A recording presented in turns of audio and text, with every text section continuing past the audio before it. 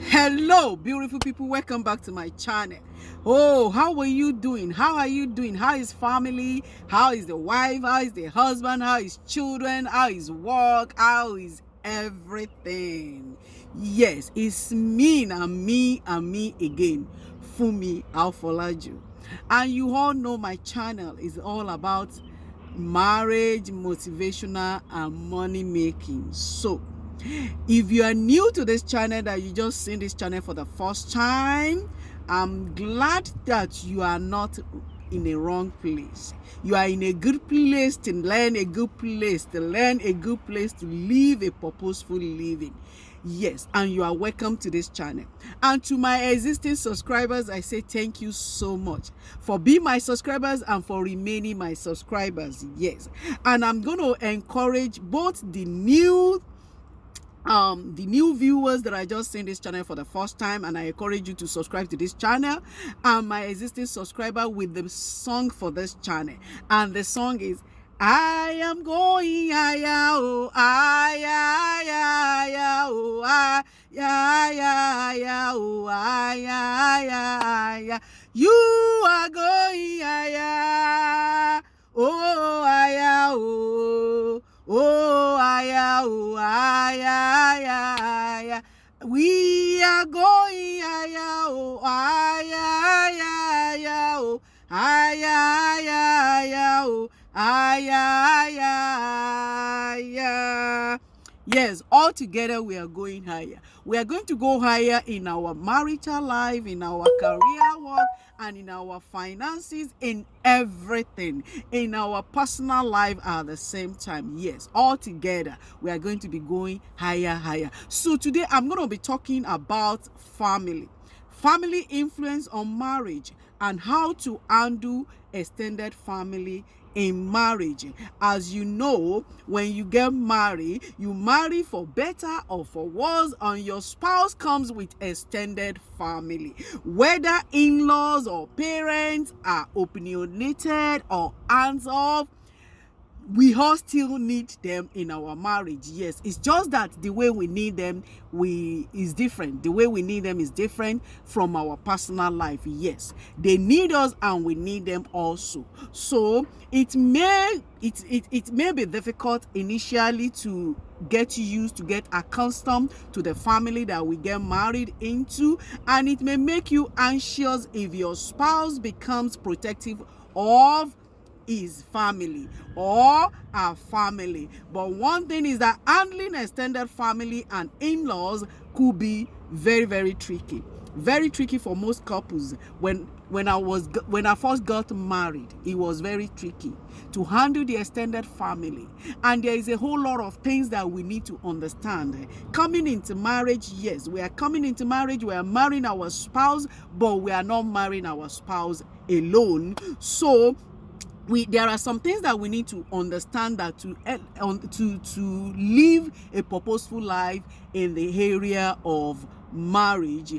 How do we handle the extended family and also still enjoy our spouse, enjoy ourselves? And one thing is that for each of one of us, husband, wife, one thing that we need to know is that whether we like it or not, extended family and in-laws are part of our life. Yes, they are part of our life. We cannot rule that out. We cannot say because we marry and we just snatch their son away from them, or we cannot say because you, the husband, you marry the daughter, you just snatch the daughter away from the family, the parents, the extended family, cousins, nieces, nephew, all of that all together, they are still extended family. It's just that once we got married, our husband and ourselves, we become immediate family, and the other family, the parents, the nieces, the cousins, the uncle, aunties, they become extended family. Yes, once we can separate that we understand that and recognize that, we will be able to relate with them and at the same time still enjoy our spouse. Because let me tell you something, if the spouse is being taken away from the family will have marriage. The marriage will have trouble, because the family will be revolting towards that. Like, why did you got married to our son and you took our son away from us, and you got married to our daughter, you took our daughter away from us. So how do we handle extended families in marriage? There are so many ways to handle extended families in marriage, and I'm going to be telling you from what has helped me in my over 20 years of being married to my husband, what I've used and what has helped me, and what I think that you can use as well, and it can also help you, because I've used it over and over the years. I met my husband 30 years ago, and I've been married for over 20 years. And all these tips that I'm going to be telling you, they are things that have worked for me in my marriage, and are still working for me in my marriage. So number one, today I'm going to be giving you 8 tips. 8 tips on how to undo extended family in marriage. And the number one thing is that you have to make your spouse to come first. Let your spouse come first. When you get married, it is time to grow up. Grow up and leave the family. Yes. What I mean by leaving the family does not mean that being away from the family. That you have to cleave to your spouse. Cleaving to your house, you have to put your spouse as first in everything. Putting your spouse first, you are choosing the adult role of being a husband or wife over the role of being a child to your parent, or to your siblings, or to your cousins, aunties, uncles. Yes, it is very important. And number 2, that will prevent you in the way that you will handle the immediate family, the way you will relate with immediate family, and the way you will relate with extended family. And number 2 is to set boundaries. When you set boundaries, you avoid sharing the household secret with your parents. It is very important. Make sure you don't share your husband's secret with your parents. Make sure you don't share your wife's secret with your parents. Make sure you don't share the marriage, what is going on within your marriage, with your parents, or with your aunties, or with your cousins, or with your friends, or any other third party. They are third party to your marriage. You have to set boundaries. Discuss with your spouse what topics and area of life that are off limits to others. Both of you need to agree onto that. Both of you need to come together and know that, okay, in our marriage, these and these are forbidden. We cannot say it out to anybody. It must be between the husband and the wife. It must be between the husband and the wife. It must be between the wife and the husband. Another thing is to establish ground rules. It is very important. If you don't have a rule in your house will just be like an open market. Yes, there must be a rule, and part of the rule, I'll give the example. When do you and your spouse have exclusive time for each other, that you don't even want anybody to be around? It is very important, because sometimes the time that you have for each other, that there is nobody there, both of you will be able to talk freely, discuss, map out strategies, make plans, and how you want to live your life, and what you want to achieve in your life as a couple. And another example is where should you discuss your marital conflict? Where should you discuss your marital conflict? When you have families living with you, either your mother or your father, you don't want your business out there before your parents. You don't want your business out, because let me tell you something, your parent will take side.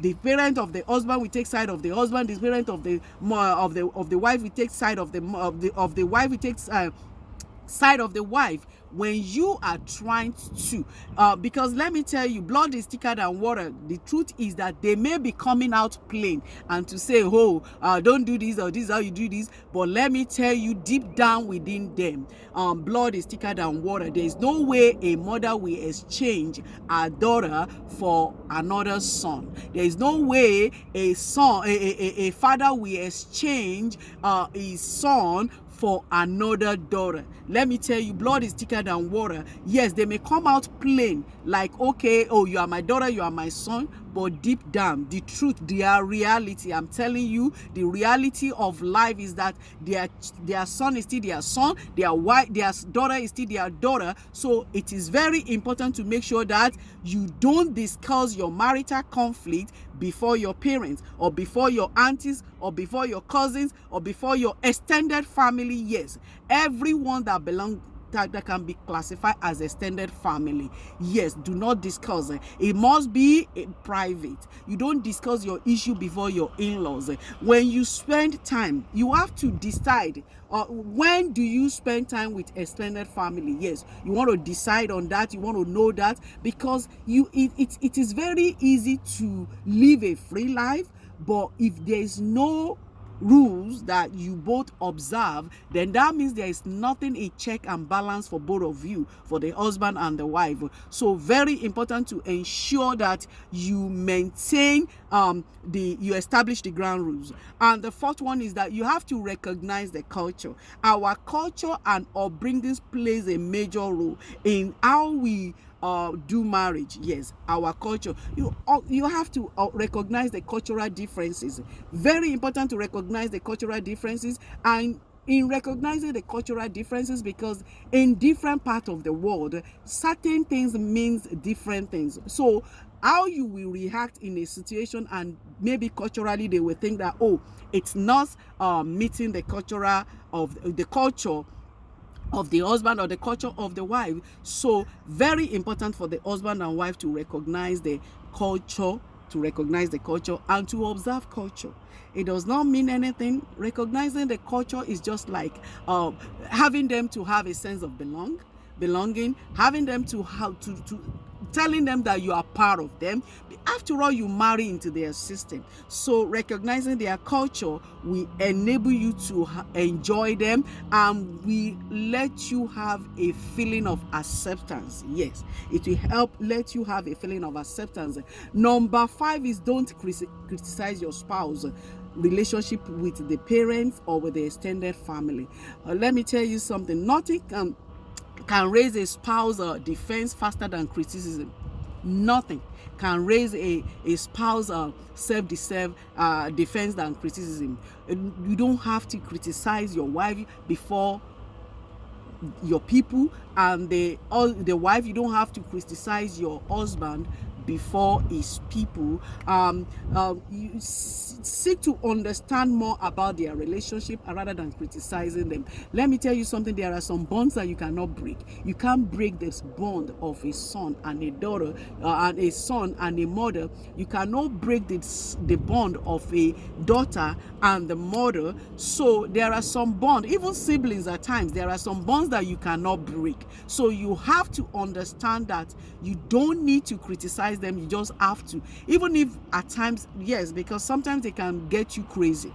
At times extended family can get you crazy, but even when you are crazy about any act or about anything, make sure you don't overreact. Even if you are going to react, it's better that you let your spouse know what happened than saying it to the extended family. Your spouse will have a way of handling it in a nice way that will prevent further conflict or argument or the misunderstanding.